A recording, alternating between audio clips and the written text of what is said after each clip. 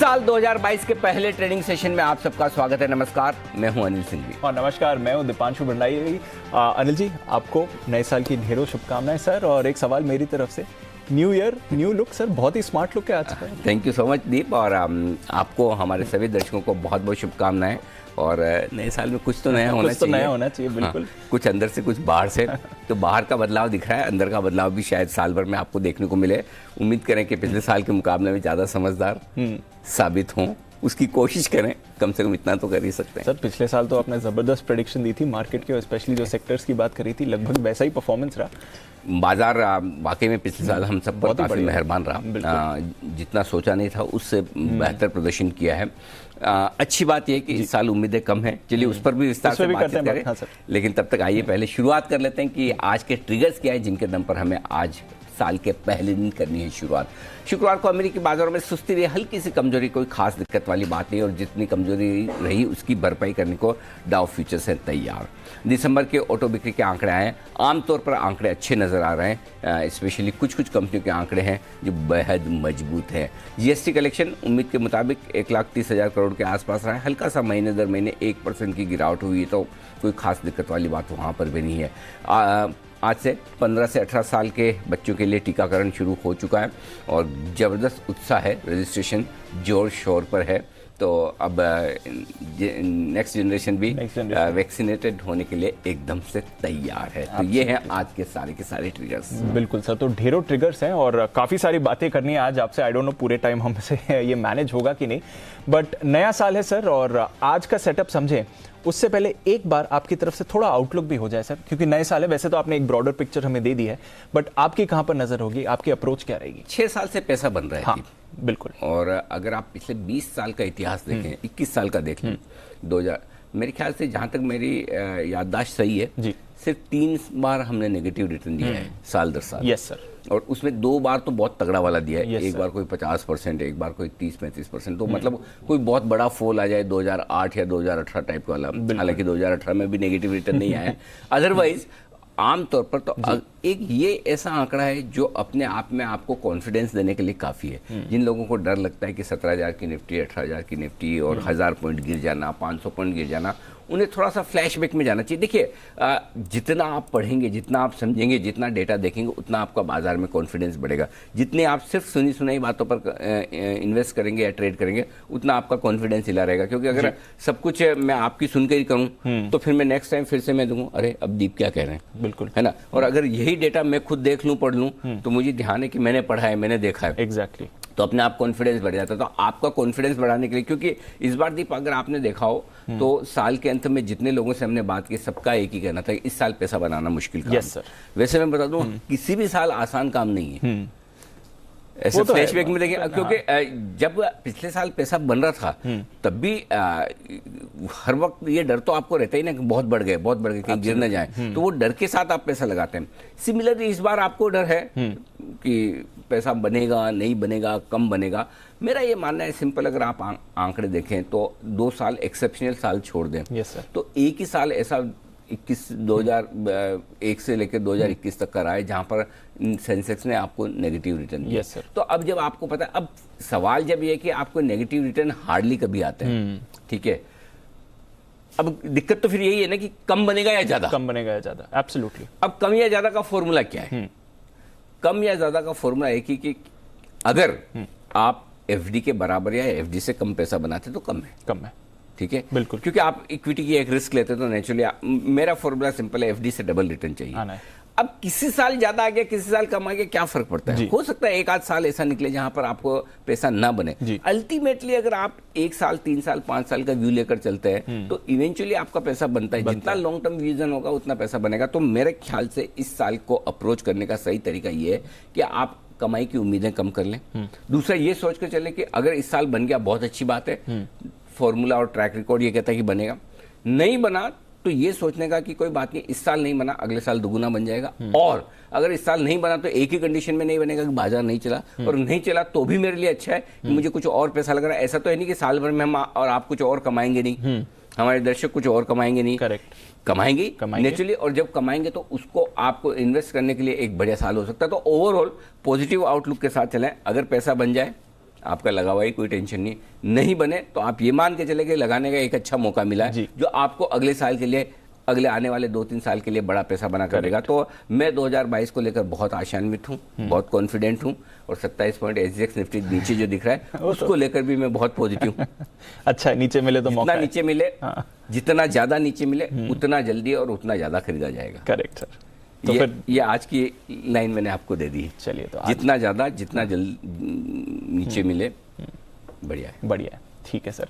और बढ़िया एक बात और हुई जो आप कह रहे थे कि एंडिंग अगर साल की अच्छी हो तो फिर शुरुआत अच्छी होनी चाहिए, और फाइनली आपका ट्रेंड भी बदल गया सर 31 के एक्शन के बाद। बिल्कुल बदल गया, और 31 दिसंबर से बढ़िया दिन हो नहीं सकता था जब साल का आखिरी ट्रेडिंग सेशन हो, 6 माही का आखिरी ट्रेडिंग सेशन हो, फिर आपका तिमाही का, महीने का, हफ्ते का, सब कुछ और क्या चाहिए, और क्या चाहिए। और उस दिन आपको एक बढ़िया क्लोजिंग मिले 17,250 के ऊपर की मांगी थी। मैंने तो कोई ज्यादा मांगा भी नहीं था, लेकिन ऊपर वाले ने 17,350 के ऊपर की दी, तो आप मांगे उससे बेहतर मिले, उससे क्या चाहिए। हाँ, ये एक चीज है कि जहाँ कुछ लोग जो शॉर्ट हुए होंगे उनके लिए 17,350 का हमने स्टॉप लॉस दिया, तो वो ट्रेडिंग रेंज के बाहर किसी न किसी एक दिन निकलता है, होता ही है। उस दिन आपका स्टॉप लॉस ट्रिगर होता है। उसके बीच में अगर आप 8-10 राउंड कर पाए तो वो एक स्टॉप लॉस अखरता नहीं है आपको।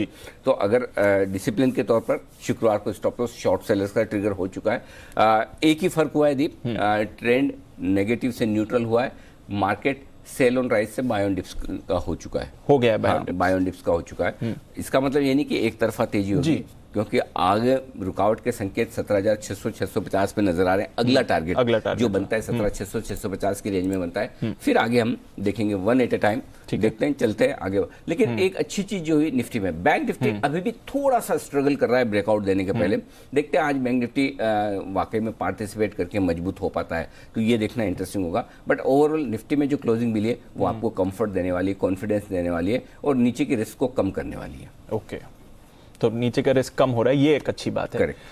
एक और अच्छी बात सर, पिछला हफ्ता 2 बार ऐसा हुआ जब एफआईएस की तरफ से बाइंग हुई। फ्राइडे को भी एफआईएस डीआईएस लंबे समय बाद आई थिंक दोनों की तरफ से कोऑर्डिनेटिंग बाइंग एक्शन आते हुए देखा सर। पूरे दिसंबर महीने में ऐसे नंबर ही नहीं आए जो शुक्रवार को है। बिल्कुल, कौन बोलता है छुट्टी पे है। हाँ वो तो देख के लगे। पहले दिन आप देखिए क्या दबा के खरीदा है, 575 करोड़ की कैश में खरीदारी छोटी है, कोई फर्क नहीं पड़ता। लेकिन आप वायदा कारोबार में देखिए 883 करोड़ के इंडेक्स फ्यूचर्स, 1140 करोड़ के आसपास के स्टॉक फ्यूचर्स, यानी कि आप देखिए कितना 1800 करोड़ से ज्यादा की स्टॉक्स में खरीदारी, और 900 करोड़ के आसपास की, यानी कि लगभग 2000 करोड़ की डायरेक्शनल खरीदारी उस दिन हुई जिस दिन 100% आप मान के चलते हो कि ये छुट्टी पे, जो छुट्टी पे नहीं होते तो इमेजिन आज से। और एक और चीज जो हम बात करते कि जब छुट्टी पे हो तो मैदान खुला है, किसके लिए मैदान खुला है? उन एफआईएस के लिए मैदान खुला है। उसने जनवरी के महीने में कुछ और बेहतर आते हुए देखा है, करेक्ट। तो वो लोग शुक्रवार को ही एक्टिव होकर, वही वाली बात है ना, वर्क फ्रॉम होम का सबको फायदा है। वर्क फ्रॉम होम हो सकता है, वर्क फ्रॉम छुट्टी भी हो सकता है। तो वो टेक्नोलॉजी का ये फायदा। तो डेटा है शुक्रवार के सेशन के बहुत ही दमदार है, और ये कॉन्फिडेंस बढ़ाने वाले, और सीरीज के पहले दिन के डेटा। आमतौर पर आपको पता है मैं हमेशा बुधवार और गुरुवार के डेटा को ज्यादा फोकस नहीं करता। और मंथली सीरीज हो तो फिर तो बिल्कुल भी नहीं, कि वो एडजस्टमेंट बहुत सारे होते हैं। लेकिन शुक्रवार के इन डेटा में दम है। और आज मेरा जो कॉन्फिडेंस है सबसे ज्यादा कि लाल निशान में दिख रहा है, 25-27 नीचे दिख रहा है, उसमें सबसे बड़ा कॉन्फिडेंस यहाँ से है, डाउ फ्यूचर से नहीं है। बिल्कुल, डाउ फ्यूचर तो ठीक है कि अपने नुकसान की भरपाई कर रहा है, लेकिन अगर 30-40 पॉइंट नीचे निफ्टी खुलेगा तो डेफिनेटली खरीदारी का मौका देगा आपको, 100%, कोई डाउट ही नहीं। चलिए, तो ये तो बढ़िया संकेत आ रहा है सर। तो फिर चलिए आज का सेटअप समझाएं सर। ज्यादातर संकेत पॉजिटिव या न्यूट्रल ही है। हाँ, उससे पहले साल की जो बात हुई, इस साल पैसा कहाँ बन सकता है, उस पर हम थोड़ी चर्चा करेंगे। देखिए 2 चीजें हैं, आपको इवेंट्स के हिसाब से प्ले करना है और थीम्स के हिसाब से प्ले करना है। पहला महीना आपको बजट से पहले थोड़े थोड़े पैसे बनाने का मौका देगा, उसमें इंफ्रास्ट्रक्चर और एग्रीकल्चर रिलेटेड स्टॉक्स, ये 2 आपको नजर में रखनी चाहिए। ये आपको 10 से 20% तक का पैसा बनाकर उतना दे देंगे, और महीने भर में 10-15% आप बना लेते हो, आप अपने आप को तीरंदाज समझे, ऐसा ना सोचे कि 10% बनाए। 10% बहुत ज़्यादा होता है, एफडी का दुगुना होता है, जो साल में 5% मिलता है, आप महीने में 10% बना लेते हो, आप बहुत अच्छे इन्वेस्टर हैं, है ना। तो मुझे लगता है कि एग्रोकेमिकल से रिलेटेड, फर्टिलाइजर से रिलेटेड, डायरेक्टली इनडायरेक्टली एग्रीकल्चर से जुड़े हुए ये स्टॉक्स हैं। ऐसा नहीं कि बजट कोई बहुत तोड़ फोड़ हो जाएगा या बजट में ऐसा गेम चेंजर हो जाएगा जिसमें आपको ये लगे कि मतलब अरे वाह वो अब रहा ही नहीं बात, वो अब पॉलिसी डॉक्यूमेंट के तौर पर होता है। तो लेकिन उससे पहले आपके लिए पैसा बन जाएगा, पहली चीज़ ये है। दूसरी बात यह है कि एक और थीम है जो मार्च तक के लिए काम में आ सकती है, वो है सरकारी कंपनियों की और इंश्योरेंस कंपनियों के शेयर्स। अगर एलआईसी का आईपीओ तय समय पर मार्च के पहले आ जाता है तो उससे पहले इंश्योरेंस कंपनी आपको 15 से 30% तक के रिटर्न दे सकती है। तो वो मत सोचिए कि प्राइवेट इंश्योरेंस कंपनियां ही देगी या लाइफ इंश्योरेंस कंपनियां ही देगी। हो सकता है दूसरी सरकारी इंश्योरेंस कंपनियों में भी आपका पैसा बन जाए, जनरल इंश्योरेंस कंपनियों में भी बन जाए। तो एक प्ले आपका बस यही कि इसमें कंडीशन एक ही है, कंडीशन अप्लाई, वो ये है कि एलआईसी का आईपीओ मार्च तक आना चाहिए। और मार्च तक अगर एलआईसी को आईपीओ आ जाता है, हिट हो जाता है, तो उससे पहले आपको सरकारी कंपनियों में एक बार पैसा बनाने का मौका मिल जाएगा। वो डाइवेस्टमेंट कैंडिडेट हो या प्रोबेबल डाइवेस्टमेंट कैंडिडेट जिनमें हो सकता है, वो कंपनी आपको पैसा बना कर दे सकती है। तो ये दो शॉर्ट टर्म थीम है। बाकी मीडियम टर्म थीम के तौर पर आईटी शेयरों में वैल्यूएशन थोड़े महंगे हैं, लेकिन कुछ शेयर हैं जहां वैल्यूएशन कंफर्टेबल है क्योंकि बिजनेस मॉडल बहुत स्ट्रांग है। सो आईटी में कम से कम एक ये है कि नीचे की रिस्क कम है। सो गिरावट में जब भी आईटी शेयर नीचे आए तो खरीदने के लिए वो सबसे पहले हैं। दूसरा आपके लिए जो हमारी सदाबहार थीम है टेक्सटाइल और रियल एस्टेट की, यहाँ पैसा बनेगा ही बनेगा। ये 100% बाय ऑन डिप्स है। आज भी देखिए मुंबई के रियल एस्टेट कंपनियों के लिए हालांकि 500 स्क्वायर फीट से कम के अगर आपके घर हैं तो आपको प्रॉपर्टी टैक्स नहीं देना है मुंबई में। हालांकि बहुत कम कंपनियां जो बनाती है लिस्टेड स्पेस में नहीं है, लेकिन ये सेंटीमेंट के लिहाज से अच्छा है, डिमांड बढ़ाएगा। और अगर कोई बिल्डर 500 वाला बेच सकता है ज़्यादा फ्लैट तो वो बड़े वाले भी बनाएगा, उसकी भी डिमांड आएगी नेचुरली। सो मेरे ख्याल से एक रियल एस्टेट और टेक्सटाइल ये दोनों सेक्टर हमें अभी भी बहुत पसंद है। मुझे लगता है इस साल यहाँ पर भी अभी भी पैसा बन सकता है। तो थोड़ा बहुत पैसा आपका बनेगा शुगर से रिलेटेड शेयरों में। इलेक्ट्रिक व्हीकल वाली थीम 2022 में भी काम करेगी, चाहे दिग्गज टाटा मोटर्स जैसे स्टॉक हों या फिर छोटे मोटे शेयर जो इलेक्ट्रिक व्हीकल्स बना रहे हैं जो लिस्टेड स्पेस में हैं, उन सब में आपको पूरा एक्शन दिखेगा। तो ये एक इलेक्ट्रिक व्हीकल्स वाली थीम 2022 में भी चलेगी। और हमारी तो थीम ऑफ द ईयर थी last year, theme of the year थी भी। तो मुझे लगता है कि पैसा बनाने के मौके 2022 में भी बहुत हैं। फर्क ये है कि सिर्फ वो मैन और बॉयज में फर्क वाला मामला है, हर कहीं नहीं बनेगा हर किसी शेयर में नहीं बनेगा, हर किसी सेक्टर में नहीं बनेगा, हर किसी वक्त नहीं बनेगा। थोड़ा सा आपको टाइमिंग ठीक करना होगा, सेक्टर सिलेक्शन, स्टॉक सिलेक्शन, थोड़ा मेहनत ज़्यादा करनी पड़ेगी। मतलब वो आराम से बैठ के मलाई खाने वाला टाइम गया, थोड़ी मेहनत करनी कोशिश करनी पड़ेगी, मेहनत करनी पड़ेगी, बन जाएगा, मेहनत करने से बन जाएगा। Understood sir. तो चलिए कुछ और बेहतरीन थीम्स और आउटलुक सर की तरफ से आपके लिए पूरे साल में जहां पर आपको रखनी है नजर, आज कहाँ रखनी है नजर, ये बताएं। ग्लोबल संकेत मैंने पॉजिटिव साइड पर रखे हैं, डेस्पाइट की डाउ और नेस्डैक लाल निशान में बंद हुए, लेकिन मैं डाउ फ्यूचर्स की तरफ देख रहा हूँ और जो बंद भी हो कोई खास दिक्कत वाली बात है नहीं। एफआईज के संकेत पॉजिटिव हैं, घरेलू संकेत पॉजिटिव है। तो आप देखिए पहली तीनों ही संकेत पॉजिटिव साइड पर है। एफएनओ के संकेत न्यूट्रल से हल्के से नेगेटिव साइड पर है। न्यूट्रल क्यों रखे और नेगेटिव क्यों नहीं किए वो मैं आपको आगे थोड़ा विस्तार से बताऊंगा। सेंटिमेंट तो पॉजिटिव है, इसमें कोई डाउट नहीं, और ट्रेंड भी नेगेटिव से न्यूट्रल हो चुका है। ये 6 संकेत। तो अच्छी बात दीप है कि नेगेटिव एक भी नहीं है। मैं एफएनओ को रख सकता था नेगेटिव, और उसकी वजह ये कि पुटकॉल रेशियो दीप बढ़कर आया है 1:41 पर, 1:32 से 1:41। आमतौर पर 1:41 के पुटकॉल रेशियो को मैं हायर साइड पर मानता हूँ, राइट, कि अब बदले हुए ज़माने में 141 भी हायर साइड पर होता है।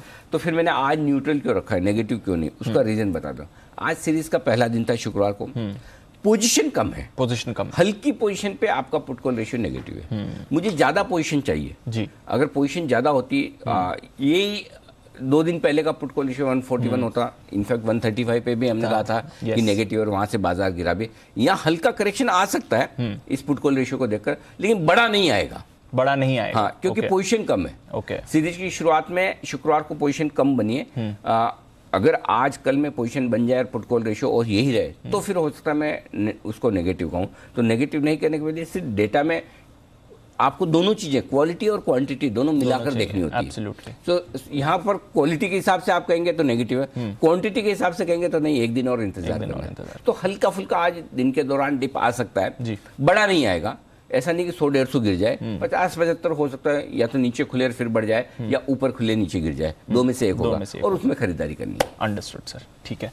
तो कंफर्ट है वहाँ का। लेवल्स क्या है सर आज के लिए? फिर लेवल्स आपके लिए है 17,235, 17,275, ये है आपके लिए दिन का सपोर्ट जोन। 17,150, 17,200 मजबूत खरीदारी की रेंज जो आएगी नहीं। ऊपर में 17,400, 475 की रेंज में हम खुलकर थोड़ा टाइम पास करेंगे जी। इसके पार निकलने की संभावना वैसे कम लगती है, लेकिन अगर निकले तो दीप 17,525, 17,600 अब बड़े टारगेट है।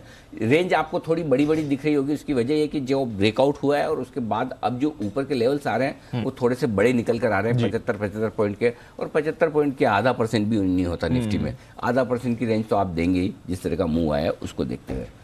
बैंक निफ्टी 35,200, 35,350 दिन का सपोर्ट जोन है, और 35,050 से लेकर 35,125 स्ट्रॉन्ग बाय जोन है। अगर गलती से बैंक निफ्टी इस रेंज में आए तो डेफिनेटली खरीदिए, किसी के इन्विटेशन का इंतजार किए बगैर।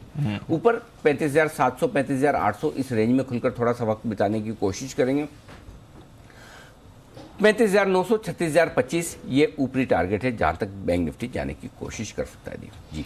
ओके, तो 36,000 के लेवल बैंक निफ्टी अटेम्प्ट कर सकता है ऊपरी लेवल पर। देखते हैं वहां पर फिर मुनाफा वसूली भी आप एक्सपेक्ट करके चल सकते हैं। ट्रेडिंग की रेंज अगर आज के लिए निकालें तो वो क्या रहेगी? 17,275, 17,400 दिन की छोटी रेंज है। 17,235, 17,475 दिन की मीडियम रेंज है। 17,200, 17,515 दिन की बड़ी रेंज के तौर पर लेकर चले आप। 150 पॉइंट इधर, 150 पॉइंट उधर, ब्रॉडली ये दिख रहा है। अंडरस्टूड।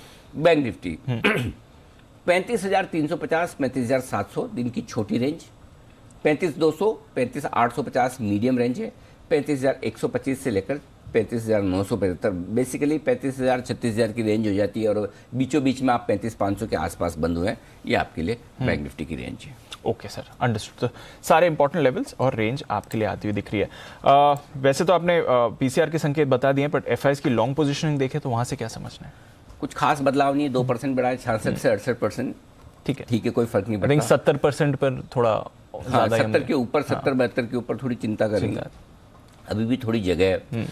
दूसरा आपका आ गया पुट को रेशियो, हम डिस्कस कर ही चुके हैं, 141 पर हल्का सा थोड़ी बहुत प्रॉफिट बुकिंग ऊपरी स्तरों पर आ सकती है बस। अदरवाइज तीसरा विक्स 2% घटा है, ठीक है, यहाँ पर भी कोई दिक्कत नहीं। अब आइए स्टॉप लॉस जी। लॉन्ग पोजीशन के लिए स्टॉप लॉस ऊपर खींच कर आया है, वो आया है 17,200 पर। जो 17,075 पूरे हफ्ते स्टॉप लॉस था दीप, अब 17,200 आ गया, तो स्टॉप लॉस 17,200 पर है। बैंक निफ्टी के लिए जो स्टॉप लॉस नीचे की तरफ चल रहा था 34,850 और उसका थोड़ा नीचे की तरफ, अब वो ऊपर 35,000 पर आता हुआ दिख रहा है, तो ये आपके लिए स्टॉप लॉस का लेवल है 17,200 और 35,000। अब आइए शॉर्ट पोजीशन 17,400, इंट्राडे और क्लोजिंग दोनों यही स्टॉप लॉस है।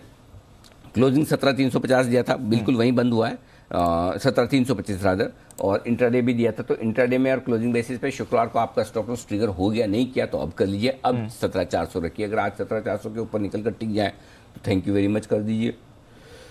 बैंक निफ्टी पे शॉर्ट साइड पर स्टॉप लॉस 35,500 का दिया था, जो इंट्राडे तो ट्रिगर हो गया, क्लोजिंग बिल्कुल उसके पास हुई, अगर नहीं ट्रिगर किया है तो अब 35,600 का रखिए आज इंट्राडे भी, और क्लोजिंग बेसिस पर भी शायद उसके आसपास ऊपर निकले, फिर आप शॉर्ट काट लीजिए, खत्म करिए। अब ज़्यादा लंबा नहीं रखना है स्टॉप लॉस, क्योंकि ब्रेकआउट की तैयारी अगर होती दिख रही तो फिर मतलब नहीं। Understood sir. नई पोजीशंस खरीदे निफ्टी 17,200 के स्टॉप लॉस के साथ में, और सीधा स्टॉप लॉस 17,200 का रखना है। 17,400, 475 दो छोटे टारगेट, और 500, 535 दो बड़े टारगेट। Thank you. ठीक है सर। बेचना है 17,475, 17,535 की रेंज में, स्टॉप लॉस 17,600 का होगा, थोड़ा दूर है, यही रखिए। 17,400, 17,350, 17,300 बस इतना ही। तो एक बड़ा ब्रेकआउट जो शुक्रवार को हुआ है, उसके बाद अगर आज गैप से आप ऊपर खुल जाते हैं और बढ़ जाते हैं, तो फिर आपके लिए रेंज शिफ्ट होकर थोड़ा ऊपर की तरफ आ जाएगी, नीचे की तरफ 17,350, ऊपर की तरफ 17,550, ब्रॉडली ये रेंज बन जाएगी, जिसमें थोड़ा वक्त बिताने की कोशिश बाजार करेगा। तो ऐसे में वहाँ पर आपको ऊपरी रेंज पर बेचना। ठीक है सर। ये तो रही आपके लिए निफ्टी की बात। बैंक निफ्टी पर क्या करना है सर? खरीदें बैंक निफ्टी 35,200, 35,350 की रेंज में अगर आज मिलता है, कमजोर शुरुआत के चूंकि संकेत आ रहे हैं, अगर नीचे इस रेंज में मिले तो जरूर खरीदिए 35,000 के स्टॉप लॉस के साथ। टारगेट जो बनेगा 35,475, 600 दो छोटे टारगेट, 700 और 850 दो मीडियम टारगेट, जिनके लिए आपको करनी है खरीदारी। एग्रेसिव ट्रेडर्स अगर आप हैं तो सीधा 35,000 के स्टॉप लॉस के साथ, 35,300 के स्टॉप लॉस के साथ खरीदे। 200 पॉइंट नीचे का स्टॉप लॉस है। टारगेट बनेगा 35,600, 35,700, 35,850 और 35,900 ये हो गए मीडियम टारगेट। फाइनल टारगेट 35,975 और 36,025, ये सारे टारगेट्स हैं जिनके लिए करनी है आपको खरीदारी। तो ये बेचना है सर? जो लोग बेचना चाहते हैं वो बेचें 35,850 से 36,000 के आसपास तक की रेंज में। तो बेसिकली 35,975 तक आप बेच सकते हैं। थोड़ा सा स्टॉप लॉस दूर है, अगर आपको छोटा लगाना है 36,050 का लगा लें। 36,200 ज्यादा सेफ स्टॉप लॉस है, क्योंकि 36,025-50 आए तो और बेचा भी जा सकता है टुकड़ों में। 35,850 पे थोड़ा बेचो, 975 पे थोड़ा और बेचो, 36,050 पे थोड़ा और बेचो, 36,200, लेकिन स्टॉप लॉस क्लियर कट रखना है, क्योंकि जिस तरह का सरप्राइज निफ्टी ने दिया, अगर बैंक निफ्टी भी दे दे तो, और तो में फिर आप फंसने नहीं चाहिए। तो ये आपके लिए 36,200 स्टॉप लॉस होगा। 35,700, 35,600 दो छोटे टारगेट हैं, 35,550 और 475 मीडियम टारगेट है, और 35,375 फाइनल टारगेट जिसके लिए करनी है आपको बिकवाली। Understood sir. चलिए ये हैं आपके लिए सारे लेवल्स आज के लिए, और इंपॉर्टेंट लेवल्स। तो सिर्फ अग्रेसिव ट्रेडर्स के लिए बैंक निफ्टी में एक बाय कॉल आ रही है, अदरवाइज रेगुलर ट्रेडर्स के लिए पूरी स्ट्रैटेजी तो है ही तैयार। वायदा कारोबार में कोई बैन में है ही नहीं सर नंबर। हमने एफआईएस के भी डेटा की बात कर ली। एक बार जरा वायदा कारोबार से कोई इंपॉर्टेंट लेवल्स हो या डेटा जो हो वो बता दें।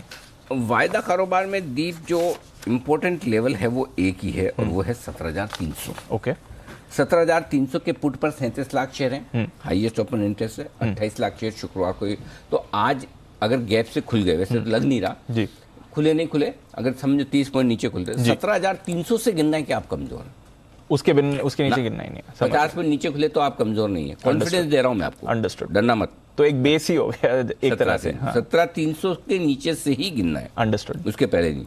ठीक है। और 17,300 के कॉल पर 24 लाख शेयर हैं, तो अगर नीचे आए भी तो थोड़ी कॉल राइटर्स जो खड़े हैं वो भी शॉर्ट काटने की कोशिश करेंगे। पुट राइटर तो हाईएस्ट है ही।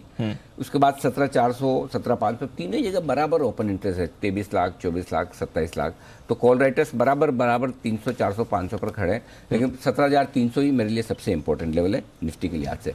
बैंक निफ्टी डेटा कम है, 35,500 ये मेक और ब्रेक लेवल है जहां पर आप बंद हुए हैं जी। तेजी 35,500 के ऊपर से गिननी है। हाईएस्ट ओपन इंटरेस्ट 35,500 के कॉल पर है। एक बार अगर आज आपने 35,600 को पार करके टिक गए तो फिर बैंक निफ्टी कमाल दिखाएगा। तो बैंक निफ्टी के लिए कंजेशन जोन 35,500, 35,600 है। 35,600 के ऊपर बैंक निफ्टी में भी शॉर्ट कवरिंग आएगी। दिक्कत एक ही है, डेटा कम है, 13 ही लाख शेयर शॉर्ट है। अगर ये 13 लाख की जगह 30 लाख बैंक निफ्टी शॉर्ट हो तो मजा ही आ जाए, बड़ा है ना। सो शॉर्ट पोजीशन कम है, लेवल अच्छा है, 35,600 के ऊपर बढ़िया ब्रेकआउट की तैयारी बैंक निफ्टी करेगा। ओके, ठीक है सर। तो ये हैं आपके लिए सारे इंपॉर्टेंट लेवल्स जहां पर आज के लिए आपको रखनी है नजर। खबरें भी भरपूर हैं ओवर द वीकेंड, काफी सारी खबरें आपको आती हुई दिखी हैं, तो आइए इनके बारे में जानें, और कुछ ब्रोकरेज एक्शन भी। देवांशी, वरुण, कुशल और साथ ही आशीष हैं हमारे साथ तैयार। देवांशी, गुड मॉर्निंग, बताएं आज के ट्रिगर्स और कुछ खबरें। Good morning Deepanshu. आज सबसे पहले आप देखिए 15 से 18 साल के जो बच्चे हैं उनका जो टीकाकरण है वो शुरू होता हुआ बच्चा माना जाए, टीनेजर्स। कभी कभी वो ऑफेंड यंग एडल्ट्स। हाँ, आजकल बच्चों को बच्चा कहना भी मतलब, और खास तौर से 15 के 18 वालों को तो बोल ही नहीं सकते आप। करेक्ट। अच्छा, उनको तो इस एज में सबसे ज्यादा गलतफहमी ये भी होती कि वो बड़ों से ज्यादा जानते हैं। हाँ, वही है। आना शुरू हो जाएगा अभी ट्विटर पे, सब रुको 2 मिनट, सब शुरू हो जाएगा। देवांशी ट्रोल हो उससे पहले बचा लो, देवांशी को साल के पहले दिन ट्रोल ना हो जाए। श्रीराम ईपीसी, यहाँ पे आप देखिए जो प्रेफरेंशियल आधार पर 350 करोड़ तक के जो शेयर्स जारी करने पर आज बोर्ड की बैठक होने वाली है, और साथ ही रेजोल्यूशन प्लान के तहत संभावित निवेशकों को शेयर जारी करने पर आज बोर्ड की बैठक होती हुई दिखेगी। साथ ही न्यूरेका और जुबिलेंट इंडस्ट्रीज पर आपको नजर रखनी है, जहाँ पे उनकी जो लिमिट है वो 20% से कम होकर 10% तक होती हुई दिखी है। और निफ्टी की जो क्वांटिटी फ्रीज लिमिट है वो भी कम हुई है।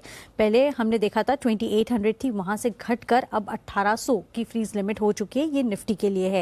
इसके साथ ही आप देखिए, जैसे कि हम बात कर रहे हैं, न्यू ईयर जश्न काफी बढ़ता हुआ दिखा था पूरे देश में। Zomato, Jubilant Food, Devyani International, Sapphire Foods, Westlife Limited और साथ ही जितनी भी रेस्टोरेंट कंपनीज हैं इन सब पर आपको नजर रखनी है। नए साल में बड़े पैमाने पर घर पर खाने की डिलीवरी की गई है। और अब देखिए जोमैटो, स्विगी 31 दिसंबर को ही करीब 20 लाख से ज्यादा ऑर्डर्स दोनों ही प्लेटफॉर्म्स को मिलते हुए दिखे हैं। तो सारे रेस्टोरेंट्स और जोमैटो और स्विगी, ये सारी कंपनीज हैं जहां पे आज आपको फोकस करके चलना चाहिए। और रियल एस्टेट के लिए भी अच्छी खबर आती हुई दिख रही है। महाराष्ट्र की जितनी भी कंपनीज हैं क्योंकि मुंबई में 500 स्क्वायर फीट तक के जो रेसिडेंशियल प्रोजेक्ट्स हैं उन पर प्रॉपर्टी टैक्स अब नहीं लगाया जाएगा, ये मुख्यमंत्री का कहना है। और इसी के चलते आज जितनी भी रियल एस्टेट कंपनीज जो मुंबई में ऑपरेट करती हैं उन सब पर आज पॉजिटिव रिएक्शन देखने मिल सकता है। बिल्कुल, तो Mumbai based real estate companies पर रखिए नजर। End of course Zomato Swiggy में तो दमदार ऑर्डरिंग हुई है इस न्यू ईयर ईव पर। कुशल, मॉर्निंग, बताएं आपके पास आज कौन सी खबरें हैं? मॉर्निंग दीपांशु, सबसे पहले आप देखिए जो दिसंबर ऑटो बिक्री के आंकड़े आते हुए दिखे हैं वहां पर नजर डालिए। पैसेंजर व्हीकल्स में टाटा मोटर्स ने शानदार परफॉर्मेंस की है। कुल मिलाकर घरेलू पैसेंजर व्हीकल्स में 50% की बढ़त के साथ 35,299 यूनिट्स पर आया है। हमारा अनुमान 35,000 यूनिट्स का था। And more importantly calendar year 2021 में पूरे पैसेंजर व्हीकल बिजनेस में जो जिस तरह की सेल्स हुई है वो अब तक की हाईएस्ट है सिंस इंसेप्शन। तो ये एक बड़ा इंपॉर्टेंट नोट है। और फर्स्ट टाइम कंपनी ने ईवी में 2000 बिक्री जो है मंथली सेल्स के हिसाब से पहली बार क्रॉस करते हुए नजर आए हैं। साथ ही Maruti Suzuki better than estimates numbers यहाँ पर भी हैं। 1,52,500 यूनिट्स का हमारा अनुमान था, उसके मुकाबले 1,53,000 इससे ज़्यादा यूनिट्स कंपनी ने बेचने में सफलता प्राप्त की है। M&M ऑटो नंबर्स यहाँ पर इनके लेस देन एस्टिमेट्स हैं। 41,500 के अनुमान के मुकाबले ऑलमोस्ट 39,157 यूनिट्स कंपनी ने बेचे हैं। हालांकि ओवरऑल अगर आप देखेंगे तो करीब 11% की बढ़त रही है। कमर्शियल व्हीकल स्पेस में भी टाटा मोटर्स ने काफ़ी बेहतरीन प्रदर्शन किया है। करीब 4% बढ़कर 34,151 यूनिट्स पर आए हैं। हमारा अनुमान 33,500 यूनिट्स का था। आयशर मोटर्स VECV यहाँ पर भी बेटर देन एस्टिमेट्स है। इनफैक्ट सिग्निफिकेंटली बेटर मैं कहूँगा, क्योंकि 5,000 का अनुमान था हमारा, उसके मुकाबले 6,154 यूनिट्स कंपनी ने बेचे हैं। टू व्हीलर स्पेस में TVS मोटर्स का यहाँ पर सरप्राइजिंगली खराब सेट ऑफ प्रदर्शन हमें देखने को मिला, जहां पर कुल सेल्स जो हैं लगभग 8% गिरकर 2,50,933 यूनिट्स पर आए हैं। हमारा अनुमान 3,04,000 यूनिट्स का था। और टू व्हीलर स्पेस में भी बात करेंगे तो करीब 9% की गिरावट रही है। हीरो मोटोकॉर्प के भी अनुमान से कमजोर सेट ऑफ नंबर्स हैं। 3,94,700 से ज्यादा यूनिट्स ये बेचे हैं इन्होंने, जबकि हमारा अनुमान 4 लाख यूनिट्स का था। आयशर मोटर्स रॉयल एनफील्ड जो है यहाँ पर सिग्निफिकेंटली बेटर है। इनफैक्ट टू व्हीलर स्पेस में ये एक आउट परफॉर्मर निकल कर आया। हमारा अनुमान 67,000 का था, कंपनी ने 73,700 यूनिट्स बेचे हैं। ट्रैक्टर स्पेस की बात करें तो यहाँ पर सुस्त सेट ऑफ रिस्पांस आता हुआ दिखा दिसंबर महीने में, जिसमें एस्कॉर्ट्स लगभग 40% इनकी सेल्स गिरती हुई नजर आई है YOY आधार पर। और M&M ने भी अंडर परफॉर्म किया है 20% की गिरावट के साथ 18,270 यूनिट्स लगभग यहाँ पर बेचे गए हैं। ओके, तो ऑटो बिक्री के आंकड़े कुछ अच्छे और कुछ थोड़े निराशाजनक। कुछ और ऑटो बिक्री के आंकड़े और खबरें वरुण के पास भी हैं। वरुण, बताइए इनके बारे में। ओके, तो सबसे पहले यहाँ पे अतुल ऑटो जो साल दर साल बिक्री है 2.6% गिरी है। SML ईसुजू 38% साल दर साल बिक्री बढ़ी है। BHT टीलर पावर टीलर्स की जो बिक्री है 35% बढ़ी है। ट्रैक्टर्स की बिक्री 1.7% साल दर साल बढ़ी है। तो ये वो ऑटो नंबर है। इसके अलावा ऑटो कंपनियों के लिए और एक खबर है कि महाराष्ट्र में 1 जनवरी से जो नई ऑर्डरिंग की जाने वाली है गाड़ियों की या फिर रेंट पे लेंगे वो केवल EV होगी पूरे महाराष्ट्र में। पहले ये तारीख जो थी वो 1 अप्रैल की थी, इसको प्रीपोन करके 1 जनवरी कर दिया गया है। ग्रीव्स कॉटन दिसंबर महीने में 10,000 से ज़्यादा मोबिलिटी यूनिट्स जो है इस कंपनी ने बेच दिए हैं। थ्री व्हीलर की बिक्री जो है उसमें 101% के आसपास की बढ़ोतरी देखने मिली है। एम्पियर की रिकॉर्ड बिक्री इस बार रही है। इसके अलावा एवेन्यू सुपरमार्ट ने अपना बिजनेस अपडेट दिया है। Q3 में आए जो है उसमें करीब 22% के आसपास की बढ़ोतरी देखने मिली है। कंपनी ने Q3 में करीब 17 नए स्टोर जो है वो क्वार्टर ऐड किए हैं। ओके, तो ये है आपके लिए अपडेट्स एवेन्यू सुपरमार्ट की तरफ से। कुछ ऑटो सेल्स, कुछ और अपडेट्स देवांशी के पास भी हैं।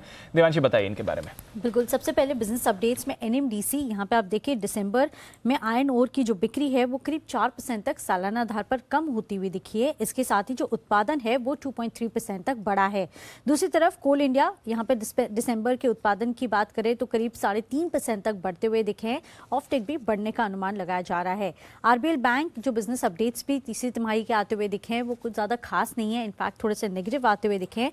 जो कुल डिपॉजिट्स हैं वो सालाना आधार पर 9.5% तक बढ़े हैं, लेकिन तिमाही आधार पर करीब 2.5% तक कम होते हुए दिखे हैं। और साथ ही इनका जो कासा है वो भी सालाना आधार पर बढ़ा है 21%, लेकिन क्वार्टर ऑन क्वार्टर 5.3% तक कम होता हुआ दिखा है।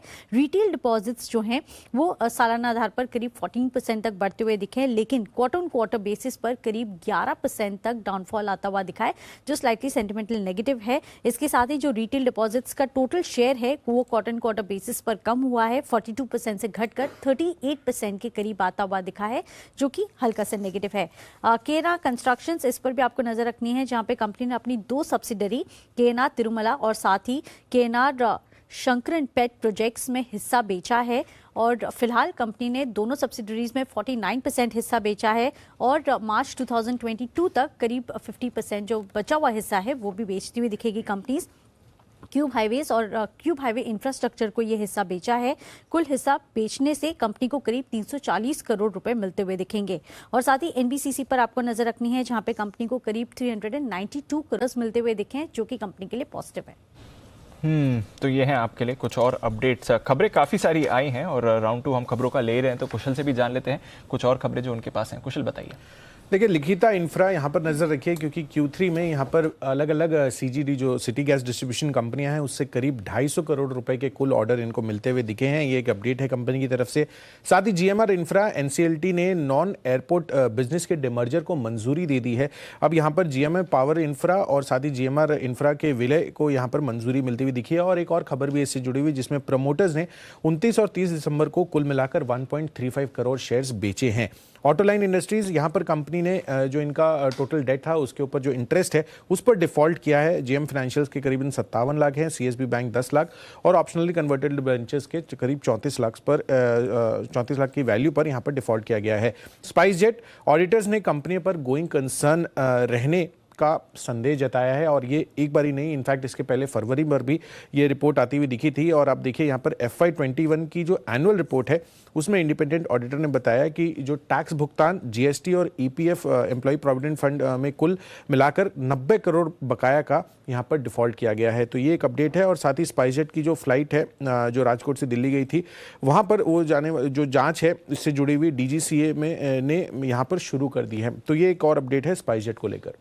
ओके, तो ये है आपके लिए कुछ और अपडेट। स्पाइसजेट पर रखिए नजर, आज किस तरह का एक्शन इस पर आते हुए दिखेगा इन सभी खबरों के बीच। फाइनल सेट ऑफ खबरें आज के लिए वरुण के पास। वरुण बताएं। ओके दीप, तो यहाँ पे HUL कोलगेट दोनों पे नजर रखिएगा, क्योंकि महाराष्ट्र में HUL के बाद डिस्ट्रीब्यूटर्स ने कोलगेट की जो सप्लाई है वो बंद करने की यहाँ बात की गई है। जाहिर सी बात है, जो प्राइसिंग और मार्जिन को लेकर डिफरेंशिएशन है उसके चलते ये डिस्ट्रीब्यूशन जो है बंद कर सकते हैं। मयूर यूनिकोटस प्रमोटर ने यहाँ पे 2 लाख शेयर बेचे हैं 29 दिसंबर को। और GST का डेटा भी आप नजर डाल लीजिए एक बार। दिसंबर में जो GST कलेक्शन है उसमें 1.3% की गिरावट देखने मिली, month on month 1.29 lakh crore के आसपास ये आया है। ओके, तो फाइनल सेट ऑफ खबरें और GST डेटा थोड़ा अनुमान से कम, बट आंकड़े आपको वहां पर घटते हुए दिखेंगे मंथ ऑन मंथ बेसिस पर। आइए अब आज ब्रोकरेजेस क्या कह रही हैं इस पर भी एक बार डाल देते हैं नजर FIR पे।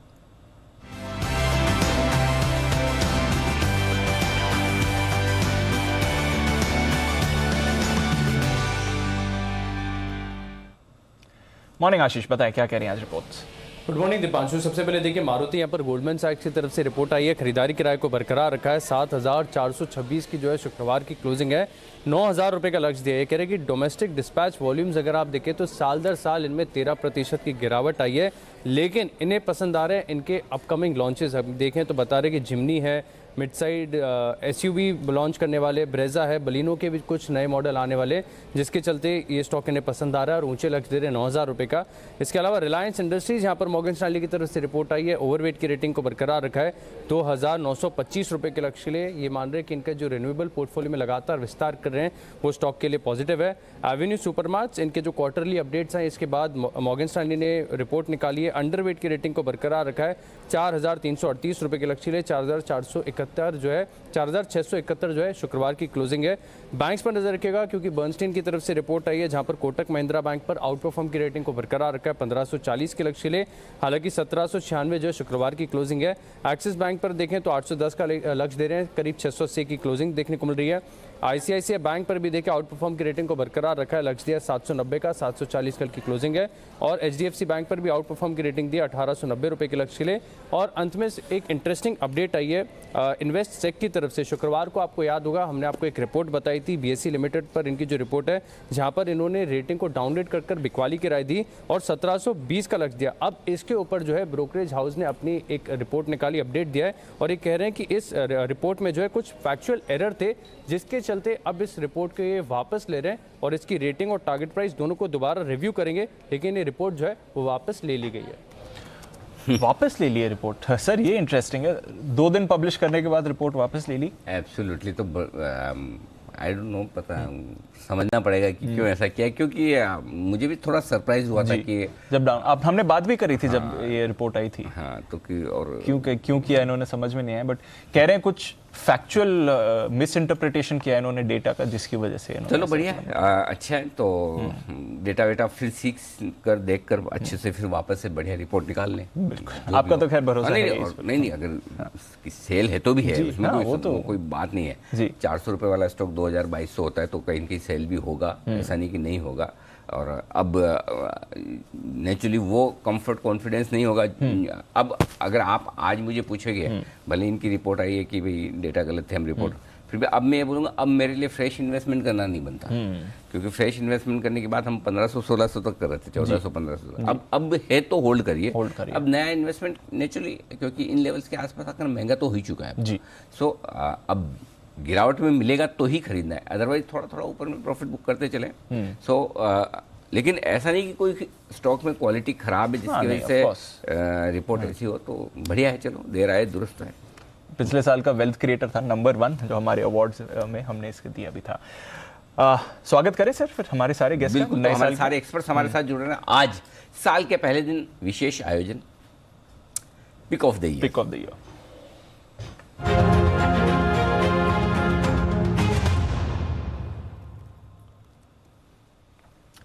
आप सबका स्वागत है। चमकते हुए चेहरे हमारे गुड मॉर्निंग विश्वेश जी, जय ठक्कर, बंसल जी और कुणाल जी, और बाकी मेहमान भी जुड़ने की तैयारी में एक एक करके जुड़ेंगे, क्योंकि सबको पता है कि 1 by 1 टर्न तो वैसे ही आएगा जो सबसे पहले आए, और उसमें हमेशा की तरह सबसे ज़्यादा पंक्चुअल, सबसे सही वक्त से पहले हमारे साथ जुड़ने वाले बंसल जी। सुप्रभात, आप सबको नए साल की शुभकामनाएं। करिए शुरुआत इस साल के पिक के साथ। सुप्रभात अनिल जी, सुप्रभात दीपांशु, सभी पैनलिस्ट को, अनिल जी आपको, जी बिजनेस की टीम को, सारे व्यूअर्स को नववर्ष की हार्दिक शुभकामनाएं। और अनिल जी सबसे ज्यादा तो आप चमक रहे हैं बिना टाई के, मतलब कि इस वेस्ट कोट के साथ ऐसा लग रहा है कि किसी हॉलीवुड पिक्चर की ना, जो हीरोज होते हैं वहां तो 50+ होते हैं, तो उसकी अनिल जी शूटिंग वूटिंग शुरू हो गई है, लग रहा है वहां से डायरेक्ट आप आ रहे हैं जेम्स बॉन्ड टाइप हुए। जेम्स बॉन्ड जैसा, जेम्स बॉन्ड। हाँ ऑफ कोर्स, हाँ दीप तो हाँ कर रहे हैं, आप भी कर दो, काम हो जाए। धन्यवाद। देखिए नया साल है। बिल्कुल अनिल जी, जेम्स बॉन्ड। अनिल जी मुझे तो पिक्चरें भी कम ही मालूम है इंग्लिश की। क्या बात है। अच्छा एक चीज और है कि मतलब जैसे मैं अंदर से तो खुश हुई, पॉजिटिव रहता ही हूँ, लेकिन कभी कभी कुछ ऐसा भी पहन लिया जाए, ऐसा भी दिख जाए कि सामने वाला भी अगर खुश हो जाए तो और क्या कहने। तो आप लोगों को अच्छा लगा, धन्यवाद। बताएं बंसल जी इस साल का शेयर। 2022 का मेरा शेयर है इन्फो एज, यानी कि नौकरी, और यहाँ पर जो मेरे टारगेट्स हैं पूरे साल के वो हैं 10,000 के टारगेट्स हैं। मेरा स्ट्रांग बिलीव है कि स्टॉक भी 10,000 प्लस के प्राइस वाले जो कंपनीज हैं, जो ग्रुप है 10,000 प्लस वाला, उसमें शामिल होगा। और ये कंपनी में देखें तो कंपनी के पास पोर्टफोलियो ऑफ ब्रांड्स हैं, नौकरी है, 99 एकड़, जीवन साथी, शिक्षा, और इसका रेवेन्यू नौकरी से 70% है, रियल एस्टेट वर्टिकल से 17% है, और अदर से 13% है। और साथ साथ इस कंपनी का एक काम हो रहा है, ये इन्वेस्ट कर रही है एज अ फाइनेंशियल इन्वेस्टर दूसरे ब्रांड्स में जो कि दूसरे एंटरप्राइजेस ने शुरू करे हैं। जोमेटो में 19% होल्ड करता है, पॉलिसी बाजार में 15% होल्ड करता है, नो पेपर फॉर्म्स में 48% होल्ड करता है, और एक मतलब कि काफी इंटरेस्टिंग नाम है हैप्पीली अनमैरिड में 32% होल्ड करता है। एक री रेटिंग का कैंडिडेट है, रिटेल शेयर होल्डिंग काफी कम है। तो 10,000 के एक बड़े टारगेट के लिए इन्फो एज में निवेश की राय है। कौन से? Happily unmarried. हैप्पीली अनमैरिड, ये क्या है? हाँ बंसल जी ये क्या है? happily-unmarried.com के लिए तो ओवर टू दीपांशु करना पड़ेगा। तो ये ऐसी वेबसाइट आप क्यों देखते हो? आपका क्या लेन देन है इनसे, हैप्पीली अनमैरिड से?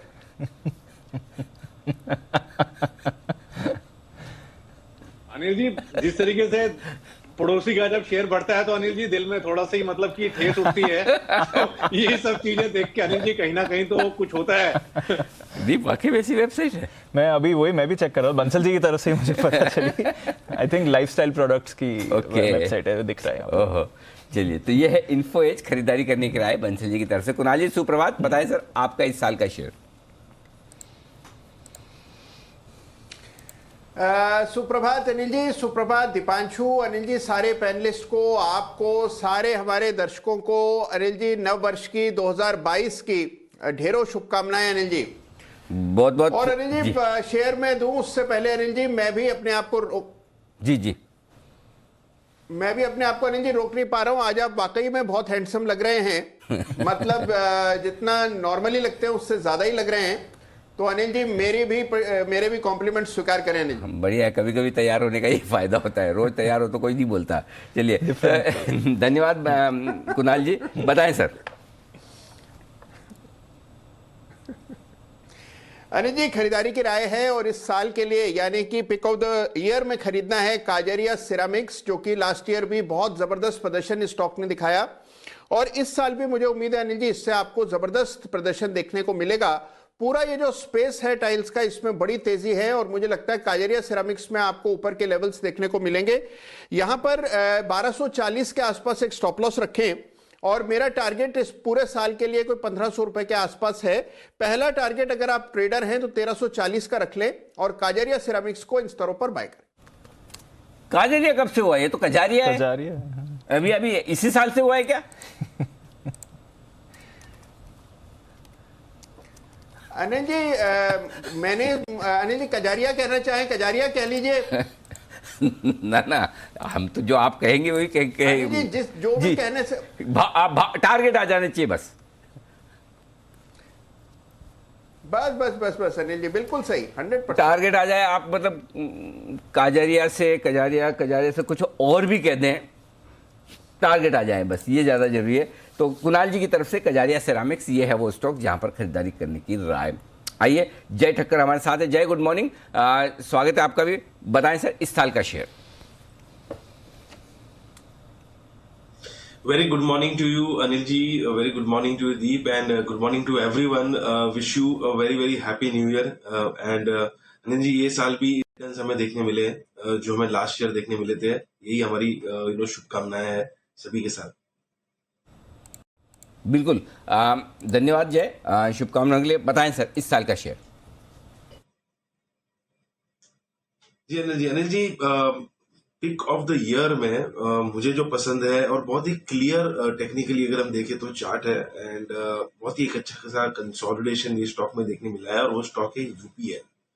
अनिल जी यूपीएल जो करीब 747 के आसपास क्लोज हुआ था लास्ट ट्रेडिंग सेशन में, मुझे ऐसा लग रहा है कि अगर मैं इसके क्वार्टरली चार्ट्स देख रहा हूँ तो क्वार्टरली एक पॉजिटिव क्लोज देखने मिला है विच इज पॉजिटिव। मैं कहूंगा अनिल जी कि इससे एक क्लियर चीज समझ में आ रही है कि इसमें फोर्थ वेव कंसोलिडेशन जो हुआ है वो खत्म हो चुका है। ये स्टॉक ने अगर हम टेक्निकली डेली चार्ट्स पर देखें तो 200 डेमा पर एक बार नहीं लगभग मल्टीपल टाइम्स 3 to 4 टाइम्स एक अच्छा सपोर्ट लिया लास्ट ईयर और वो लेवल्स को अच्छी तरह से होल्ड कर रहा है जी। तो मुझे ऐसा लग रहा है कि ऑन द डाउन साइड ये स्टॉक में थोड़ा वाइडर स्टॉप लॉस हम रखेंगे।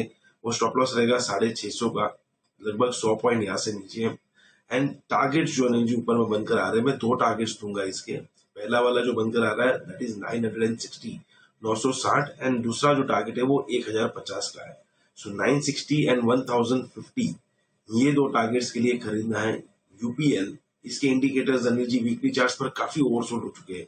डेली मंथली कैटेगरी में तो एक बुल जोन में है।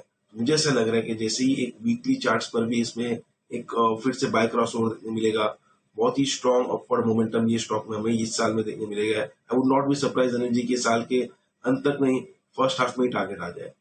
ओके, तो क्या बात है, यूपीएल ये है स्टॉक जहां पर खरीदारी करने की राय आपके लिए आती हुई। 960 और 1050 ये 2 टारगेट हैं जिनके लिए करनी है आपको खरीदारी और 750 रुपए के आसपास स्टॉक ट्रेड कर रहा है इस वक्त। विश्वेश जी भी हमारे साथ जुड़ चुके हैं। विश्वेश जी गुड मॉर्निंग, स्वागत है आपका भी नए साल में। बताएं सर इस साल के लिए शेयर। गुड मॉर्निंग अनिल जी, गुड मॉर्निंग दीपांशु, और नए साल की आपको और हमारे सारे पैनलिस्ट को और सारे व्यूअर्स को बधाई है। मेरी ओर से जो स्टॉक है वो गुजरात बेस्ड फार्मास्यूटिकल कंपनी है एलेम्बिक लिमिटेड। 2730 करोड़ का मार्केट कैप है, 8.5 के पीई पे मिल रहा है। बुक वैल्यू देखेंगे तो 97 है और करंट मार्केट प्राइस 106 है, मतलब almost 1 time to book value मिल रहा है। और अगर मैं देखूँ ओवरऑल फाइनेंशियल रेशियो तो मुझे मार्जिन ऑफ सेफ्टी यहाँ पे नजर आता है। इंटरेस्टिंग चीज़ ये है अनिल जी कि पिछले एक डेढ़ साल से स्टॉक परफॉर्म नहीं किया है। अगर आप 2020 का प्राइस देखोगे तो 111 था और आज भी 100 रुपए के आसपास चल रहा है। मतलब लास्ट 2 साल का मेजर कंसोलिडेशन हुआ है। मेरा ये मानना है ये साल में स्टॉक्स में जो फाइनेंशियल रेशियोज कंफर्ट है, वैल्यूएशन कंफर्ट है, उसकी वजह से फार्मास्यूटिकल सेक्टर में शायद स्टॉक आउट परफॉर्म कर सकता है। तो यहाँ पे बहुत ज़्यादा सेफ्टी है। तो मतलब अगर नहीं भी चला मार्केट कहीं भी जाता है तो मुझे लगता है स्टॉक बहुत ज़्यादा नीचे नहीं जाएगा। तो मुझे लगता है मोर और लेस 90 के नीचे मैं नहीं देख रहा हूँ। तो स्टॉक को खरीदना है और अगर 1 ईयर का टारगेट रखे तो मुझे लगता है 140 और 180 मतलब ऑलमोस्ट 80% अपसाइड के लिए एलेंबिक लिमिटेड को खरीदने की राय है with a time frame of 6 months to 1 year. Okay, 106 रुपये 50 पैसे का ये स्टॉक और यहाँ पर साल भर के व्यू से आप करें खरीदारी। स्पेशल पिक इस साल के लिए 140 और 180 2 टारगेट के लिए। आइए, जैन साहब भी हमारे साथ जुड़ चुके हैं। जैन साहब सुप्रभात और आपको भी नए साल की शुभकामनाएं। और आपकी मस्ती की पाठशाला ने तो बड़ा रंग जमाया और उसके बड़े चर्चे न्यू ईयर की बहुत जबरदस्त। मैं जहाँ भी न्यू ईयर में लोगों से मिला सब बोले गजब की मस्ती की पाठशाला। तो आप सब लोगों की वजह से दमदार रहा। बताएं सर इस साल की pick. Thank you so much. Again देखिए ये मस्ती की पाठशाला और ये देखिए गला ना सुबह सुबह मंडे के दिन रिस्की हो जाता है मेरे लिए। बट एनीवेज अनिल जी, मस्ती की पाठशाला वाज अमेजिंग एंड इसी तरीके से हम लोग सब स्वस्थ व्यस्त और मस्त रहे। और विकास जी के वीक ने तो कमाल मचा दिया। देखो, स्वस्थ और व्यस्त और मस्त तो मैं रखूंगा। व्यस्त मैं आपको रखूंगा, कोई दिन छुट्टी दूंगा नहीं। मस्त मैं आपको रखूंगा, जब जब आप शो पे होंगे मस्ती रहेगी जी।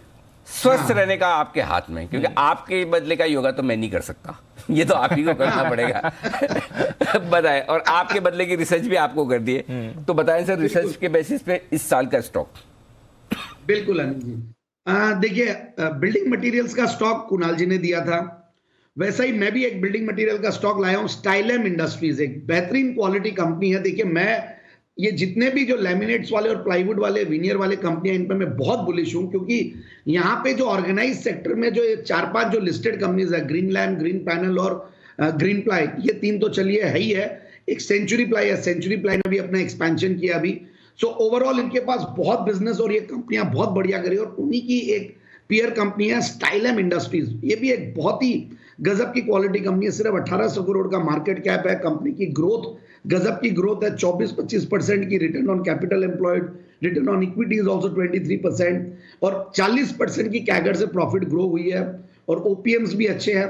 सो आई फील कि जैसे काजरिया सेरामिक्स या कजारिया सेरामिक्स कुणाल जी ने दिया, वैसे building material as a segment I am very bullish. तो मुझे लगता है कि स्टाइलम इंडस्ट्रीज एक बेहतरीन क्वालिटी कंपनी जिसको हमें लगता है कि इस लेवल पे लेना चाहिए और 1350 का टारगेट इस साल का। आप सबको लग रहा हो और जैन साहब को लग रहा हो कि उनका गला खराब है, तो मैं बता दूं ऐसा बिल्कुल भी नहीं है। ऐसा नहीं है क्यों? सोचिए जैन साहब का गला कितना अच्छा है अगर आप कंपेयर करें वागले साहब से तो। अब आप वागले साहब से कैसे कंपेयर करें? कंपेयर ऐसे करेंगे, वागले साहब साल के पहले दिन गला खराब होने की वजह से छुट्टी पर है, वो तो आ भी नहीं पाए, आप कम से कम आए तो है। तो देखो हर चीज में पॉजिटिविटी ढूंढेंगे तो बहुत सारी मिल जाएगी। और दुखी होंगे तो मेरा गला दुख रहा है मेरा, तो जैन साहब आप एकदम फिट है, चुस्त है, दुरुस्त है, बिल्कुल भी सोचिएगा मत। और बाकी सुमित जी का भी गला भी हम चेक करते हैं, उससे पहले सिमी जी तैयार है। सिमी जी गुड मॉर्निंग, बताएं pick of the year. Very good morning Anil ji. सबसे पहले मेरे तरफ से सभी को नए साल के लिए बहुत बहुत शुभकामनाएं। मेरे तरफ से मेरा आज इस साल का जो पिक होगा वो होगा भारत रसायन। चार्ट देखेंगे तो एकदम छोटे चार्ट में एक इन्वर्टेड हेड एंड शोल्डर्स का ब्रेकआउट पैटर्न है जिसका टारगेट ऑलमोस्ट अचीव्ड है। पर ये टारगेट के बाद अगर बड़े चार्ट में देखेंगे तो यहाँ पे एक राउंडेड बॉटम फॉर्मेशन जैसा फॉर्मेशन है और जिसमें मुझे लगता है कि इसका जो टारगेट है छोटे से मीडियम टर्म में टारगेट 15,000 का आता है और लॉन्ग टर्म का जो मेरा टारगेट है साल भर का वो 18,500 से 19,500 का होगा। तो भारत रसायन मेरे तरफ से एक लंबे अवधि का चार्ट में 19,500 का टारगेट के लिए भारत रसायन को खरीद कर चलने का सलाह होगा। 10,500 के नीचे स्टॉप लॉस मेंटेन करना रहेगा। साल भर का मेरी तरफ से मेरा पिक।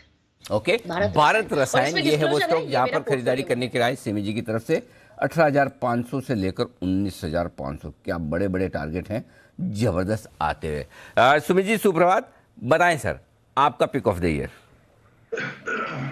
नमस्कार अनिल जी, गुड मॉर्निंग। सबसे पहले तो आपको, दीपांशु को, सभी पैनलिस्ट को और देश के सभी लोगों को नए साल की बहुत बहुत शुभकामनाएं, क्योंकि आज क्या हुआ सभी देशवासियों को जी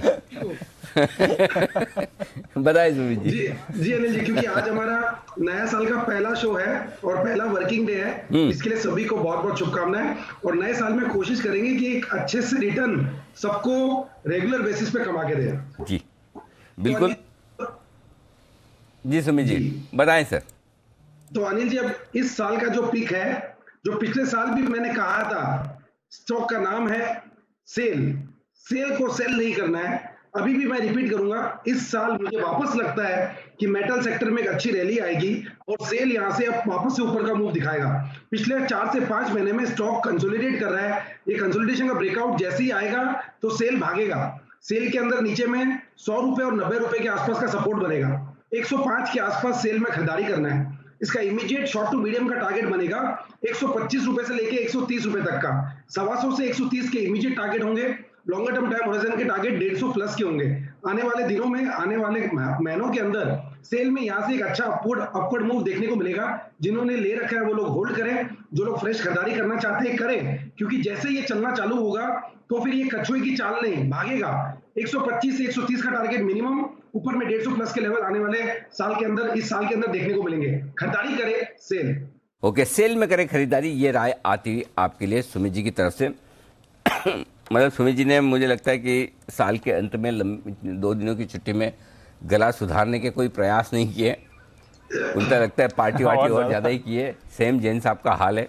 चलिए कोई बात नहीं। मेरा ठीक अनिल जी, मैं गया था लक्ष्मणगढ़। आपको तो मैंने बोल दिया था ना, डरा ही दिया था। मैंने कहा कि गला दबा लो, किसी से अच्छा आदमी देख के जोर से दबा लो, तो आपको समझ में आ गया कि इससे बढ़िया मैं ठीक ही कर लूँ।